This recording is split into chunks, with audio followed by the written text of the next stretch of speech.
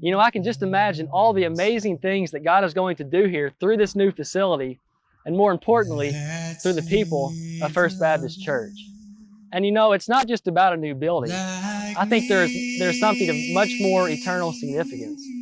You know, at its heart, this building campaign is truly about investing in people's lives, in the future of people's lives. It's about how God is going to use us to bring more people to know Him.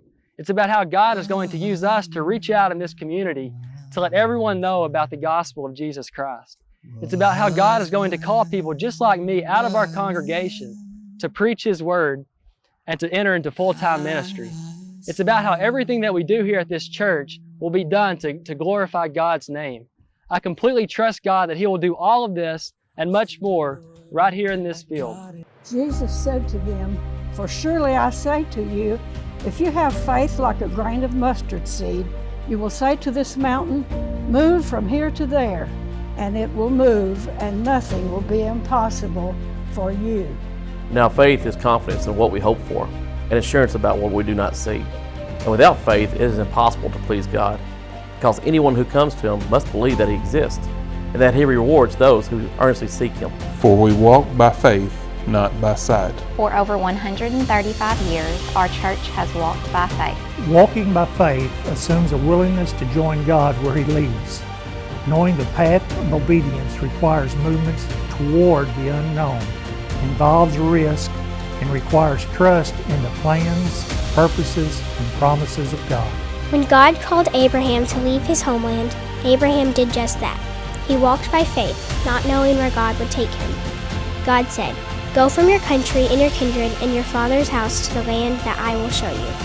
Abraham obeyed, and God kept His promise. Our church walked by faith when our current sanctuary was completed in 1920, over 102 years ago.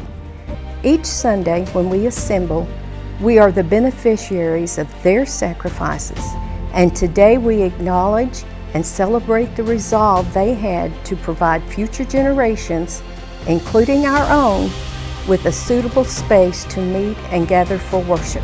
Our church walked by faith when we built additional buildings in 1953, in 1960, and again in 1973 to provide adequate room for Sunday school classes to meet, for our children to have a nursery, and for our church family to have space for fellowship meals.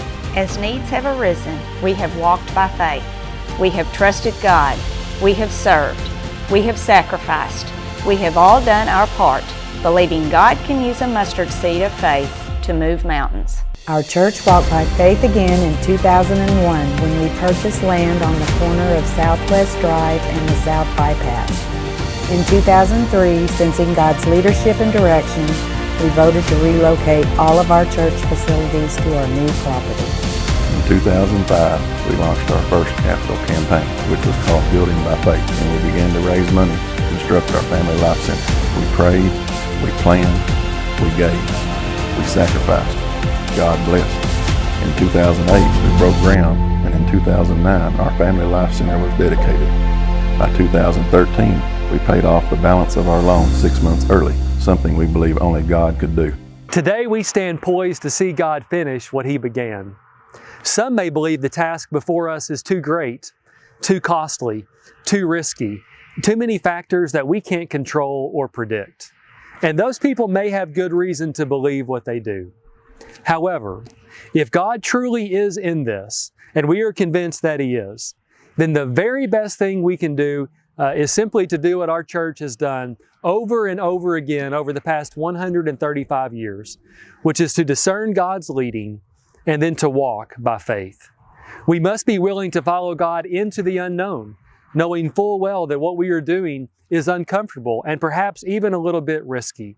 It will require great sacrifice from each and every one of us, and we will have no choice but to trust in the plans, purposes, and promises of God.